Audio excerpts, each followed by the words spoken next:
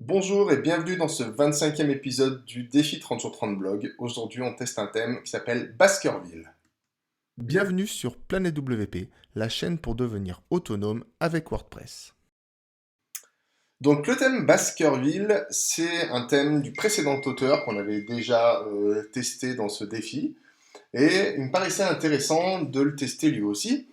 Alors, je suis pas sûr qu'il ait toutes les fonctionnalités que je liste en fait dans ce défi 30 jours 30 blog pour décider si un thème est intéressant à utiliser ou pas.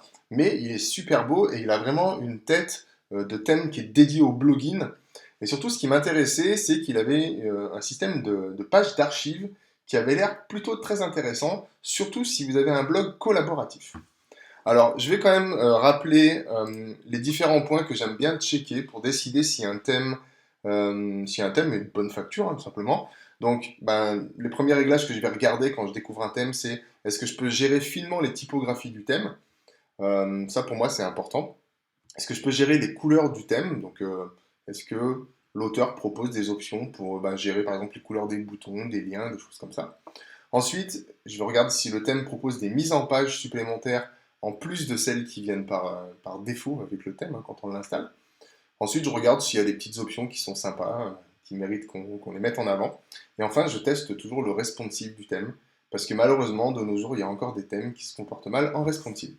Alors, on va aller voir ce que donne Baskerville.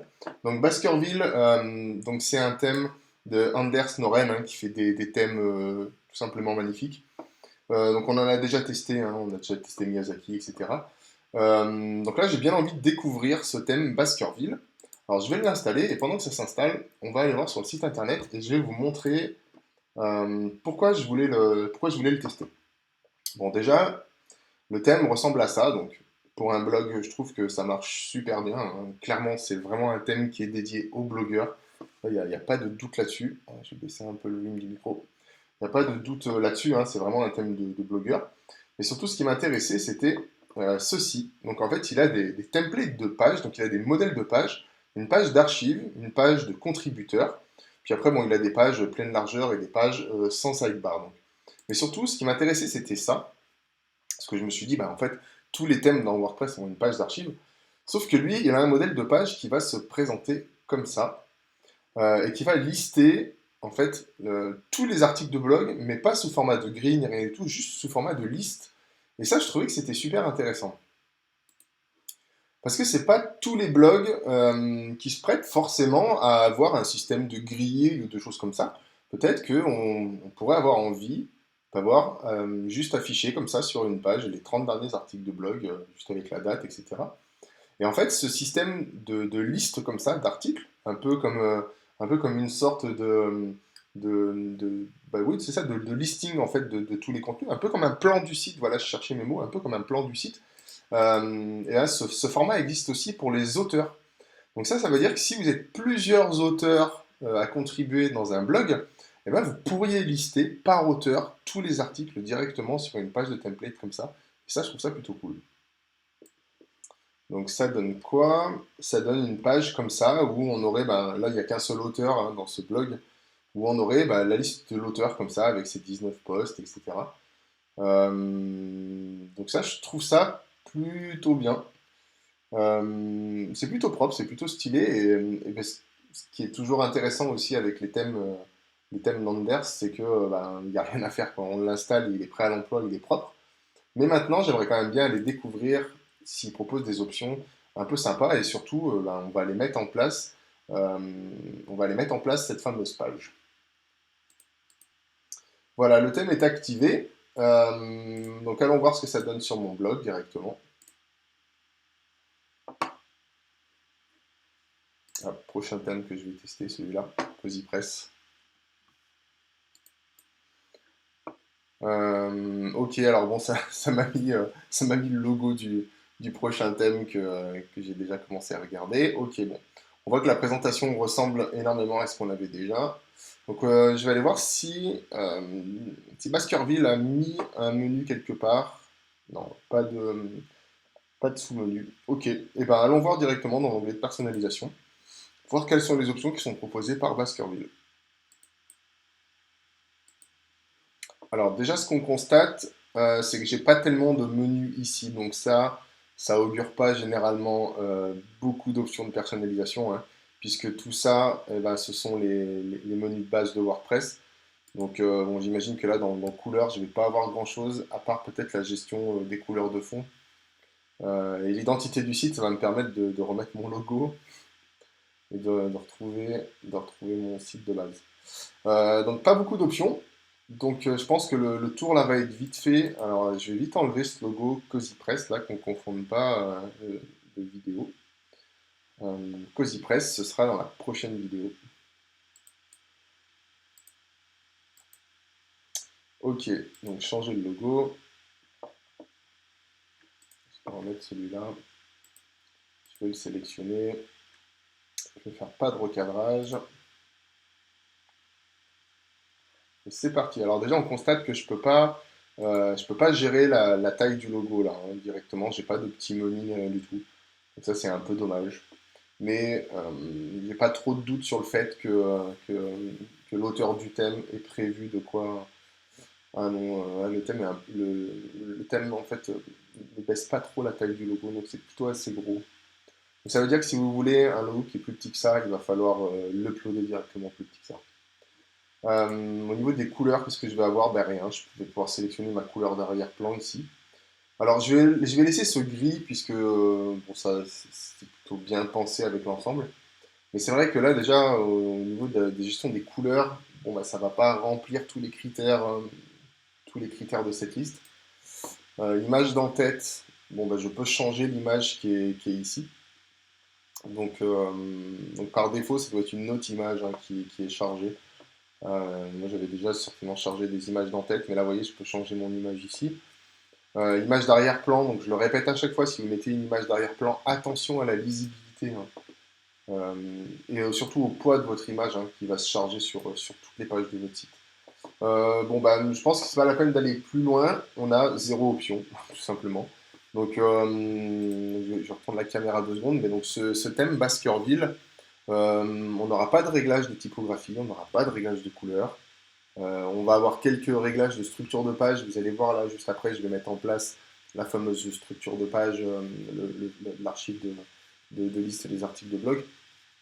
Mais sinon, vous n'aurez aucun réglage. C'est-à-dire que ce thème Baskerville, il est magnifique, il est très très beau, mais vous le prenez tel qu'il est. Et si vous voulez modifier quelques couleurs, si vous voulez modifier l'apparence de vos typos, etc., et ben, il faudra faire un petit peu de code. Vous n'aurez pas le choix. Bon, ben on a fait le tour des réglages de personnalisation. Il n'y en a pas.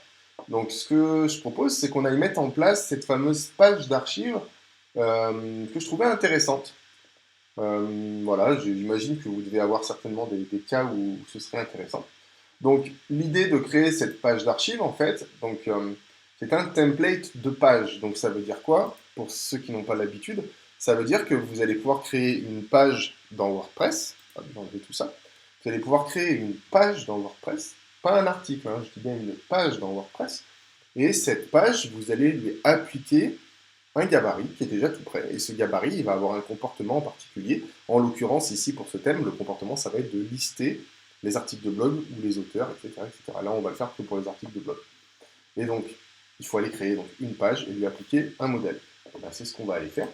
Donc, je vais aller ici dans mes pages, et puis je vais aller créer une page pour créer mon fameux template de page. Donc, je vais faire ajouter une page. Et je vais l'appeler par exemple, je vais l'appeler tous les articles du blog. Ok, donc on va l'appeler tous les articles. Et donc cette fameuse page, pour lui voir appliquer le modèle que j'ai envie de mettre, il faut que j'aille ici, dans ce sous-menu, modèle, que vous allez trouver sur la droite, là, quand vous utilisez le builder par défaut. Et je vais décaler ma petite tête. Et donc ici, vous allez trouver tous les modèles de page. Et donc je vais prendre, au lieu de prendre le modèle par défaut, je vais retrouver ici un certain nombre de modèles. Donc là, je retrouve les modèles d'Elementor. Et je retrouve ici mon modèle d'archive template et mon modèle de contributeur template, en plus des modèles sans sidebar et de pleine largeur que j'avais. Donc moi, je vais sélectionner celui-là, puisque c'est celui-là qui me plaisait le plus. Je vais publier.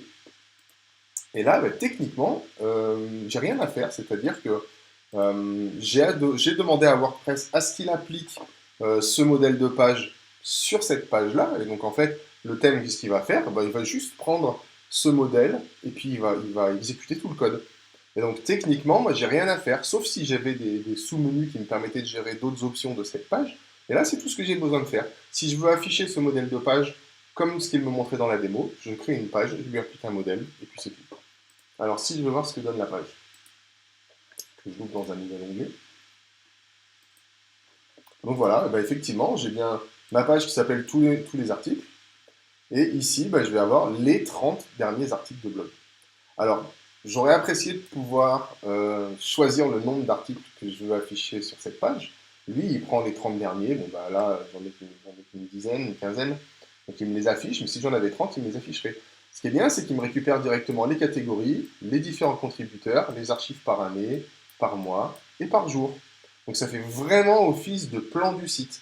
Et ça peut être vraiment intéressant en fonction du type de blog que vous avez. Et je trouvais ça bien de le montrer dans cette vidéo.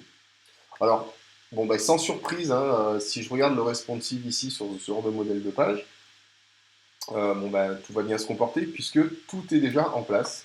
Hein, concrètement, là, il n'y a rien à adapter hein, puisque tout est déjà empilé. Donc, bon, on va attendre que ça, voilà, c'est ça. Donc, tout se comporte plutôt bien. On le voit ici, hein, c'est plutôt fin. Le thème est vraiment bien fichu. C'est tout bien pensé, hein, le petit bouton pour remonter, pour le menu qui tombe comme ça, que du très standard, mais ça fonctionne bien. Et la petite recherche qui tombe comme ça, ok. Donc souvenez-vous, hein, dans le précédent thème d'Anvers qu'on a testé là, la recherche quand elle venait, le logo restait en place avec le menu qui devenait blanc, etc. C'était vraiment magnifique. Bon là, ça fonctionne très bien en responsive, hein, donc là, vous voyez, même si je vais sur la page de blog, ça va m'afficher ma grille d'articles de blog. Tout va très bien se cadencer, hein, j'imagine. Il n'y a pas de raison que ce thème se comporte mal. Donc là, j'ai bien la catégorie de blog. J'ai tous mes articles qui se comportent comme ça, avec le bouton lire la suite. Ok. Tout va bien. Donc j'ai pas la possibilité dans celui-là de choisir mon image de remplacement si j'ai oublié ou si je veux pas mettre l'image d'article mise en avant. C'est toujours appréciable d'avoir cette possibilité. Et donc là, qu'est-ce que ça dit sur mon article? Eh ben, mon article se comporte très bien aussi. Voilà, donc ici, j'ai toute la zone, hein, la zone habituelle. Ok, bon, mais c'est plutôt propre. Et là, quand je suis dans un champ de formulaire, si par exemple je veux rentrer un commentaire, ok, le champ devient tout noir. Donc on voit bien qu'on est dans un champ de commentaires, hein. Donc le bouton prend la couleur du thème. Donc cette couleur du thème, si vous voulez la changer, bah, il faudra faire un petit peu de code pour cibler bah, cette couleur sur les boutons, sur les liens, etc. Rien d'insurmontable, mais pensez-y, hein, si vous voulez le même thème que ça, mais avec une couleur orangée, comme ce qui serait le cas pour moi ici, bah, il faudrait absolument le changer. Donc bah, si on fait un peu le bilan de ce thème, il est magnifique, mais il y a zéro option. Donc vous le prenez comme il est ou vous le changez, tout simplement. Petite mention pour la page qui liste les articles de blog sous forme de liste à la Prévert, hein, les 30 derniers articles par catégorie, etc. etc. Donc ça c'est plutôt cool. Voilà, ça méritait de le tester, de le découvrir, voir ce qu'il avait dans le ventre. Donc je vous conseille toujours les thèmes de cet auteur, hein. Vraiment, allez les tester. Et pour moi, c'est vraiment idéal pour avoir un beau blog pour débuter. Donc avant de terminer cette vidéo, eh ben, comme d'habitude, je vais vous inviter à vous abonner, à laisser un commentaire, etc. etc. Surtout, on se donne rendez-vous dans une formation gratuite que j'ai créée qui s'appelle Installer WordPress facilement. Donc peut-être que vous aussi vous êtes intéressé pour créer votre blog WordPress, pour tester les thèmes que je vous montre, que je découvre en même temps que vous en live. Et donc pour ça, il faut que vous ayez un WordPress d'installer. Et donc si vous ne savez pas comment installer WordPress, eh ben, suivez ma formation gratuite. Vous allez sur planetwp.com, vous cherchez la formation Installer WordPress. Je vous laisserai consulter cette page, hein, vous avez toutes les infos, je ne vais pas vous en parler pendant 20 minutes dans cette vidéo. Vous mettez votre email, votre prénom, vous cliquez sur accéder à la formation gratuite et vous recevez un email de ma plateforme au bout de quelques minutes qui va vous inviter à créer un compte. Et quand vous aurez créé votre compte, vous serez sur la plateforme et vous aurez accès à ce programme pour apprendre à installer WordPress gratuitement. Donc c'est découpé en petites vidéos, vous pouvez consommer à la demande quand vous voulez. Elles sont plutôt courtes, comme ça vous pouvez caler ça à peu près quand vous voulez dans votre emploi du temps. Vous suivez tout pas à pas et je vous garantis que dans allez, 30 minutes, même pas, vous avez WordPress qui est installé et qui est prêt. Soit vous l'installez sur votre ordinateur pour travailler tranquillement avant d'être prêt à le basculer en ligne, soit vous l'installez directement chez un hébergeur. Ça prend 2 clics de demander à un hébergeur de vous installer WordPress. Je vous montre comment on fait dans cette vidéo. Enfin, dans toutes ces vidéos d'ailleurs. Alors, ce qui est intéressant avec ma plateforme Schoolmaker, c'est que si vous avez des questions, eh bien, vous pouvez les poser directement sur les vidéos de la formation. Et ça, c'est génial, puisque vous avez un espace qui est prévu pour poser des questions. Et moi, ces questions, je les vois et j'y réponds en vidéo ou à l'écrit. En fait, il y a un espace communautaire dans lequel toutes les questions vont venir se mettre. Donc, si par exemple, vous êtes en train de regarder cette vidéo et puis vous dites « Ah, c'est vrai que j'ai une petite question sur ta vidéo », ben, vous venez dans l'onglet questions, vous posez votre question. Et une fois que vous avez créé votre question, ça va venir se loger dans l'onglet communauté.